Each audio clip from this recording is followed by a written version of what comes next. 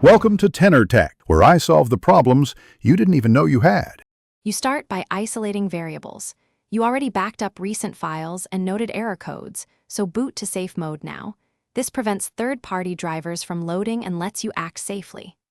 Once in safe mode, open Device Manager and Event Viewer to identify failing drivers or kernel errors, because these logs point to the root cause. Make sure to keep the recovery USB handy. If system repair tools fail, you'll need it to run offline scans and restore points.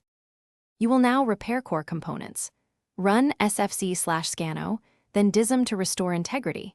These commands fix corrupted system files that often cause crashes. Next, remove or roll back any driver that matches the error timeframe, because mismatched drivers commonly trigger blue screens. Run chkdsk/f on affected volumes and launch memory diagnostics to catch hardware faults. If chkdsk reports bad sectors, mark the drive as suspect and plan replacement. Continue documenting each step so you can reverse changes if needed. You finish by restoring service. If repairs succeeded, reboot into normal mode and run a 24-48-hour stress test while monitoring temps and stability, because intermittent faults show up under load.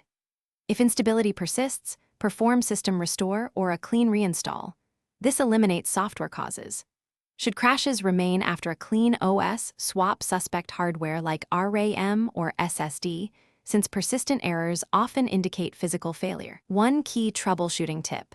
If crashes continue, capture a memory dump and compare error codes to rule out recurring hardware signatures. Thanks for watching. Subscribe to keep your life in tune.